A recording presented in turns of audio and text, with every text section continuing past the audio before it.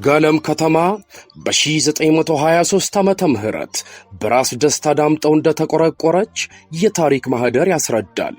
ከተማዋን ሲቆረቁሯት በወቅቱ የጣሊያን ጦር ከ40 ዓመታት በኋላ ዳግም ኢትዮጵያን ለመውረር መምጣቱን ተከትሎ ከተማዋ በሁለት ግራና ቀኝ ባሉ ወይማና ጊዳቦ የተባሉ ወንዞች የተከበበች በመሆኗ የጠላት ወረራን ለመከላከል ምቹ አቀማመጥ መያዟ ለምስረታዋ ምክንያት ሆኗል።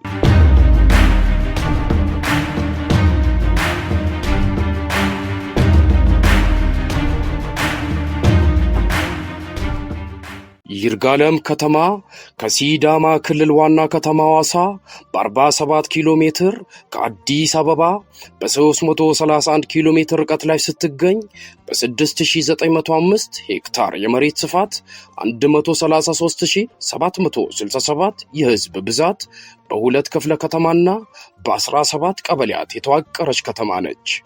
የአየር ጸባይዋ ወይና ደጋ ሲሆን ከባህር ጠለል በላይ በአማካይ ከ1600 እስከ 1800 ሜትር ከፍታና ዓመታዊ የዝናብ መጠኗም ከ900 ሚሊ ሜትር እስከ 1237 ሚሊ ሜትር፣ የሙቀት መጠኗም በአማካይ 18.5 ዲግሪ ሴልሺየስ ይደርሳል።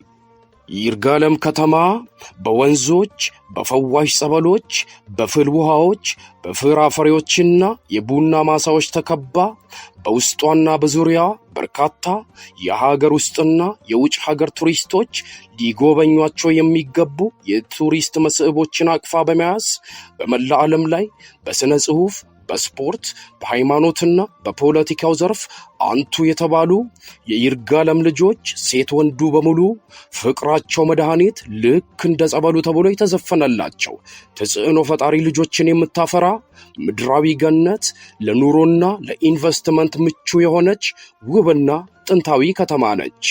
የይርጋለም ከተማ አስተዳደርም ኑ ይርጋለም ከተማን በጋራ እናልማ የሚል ጥሪውን ያስተላልፋል።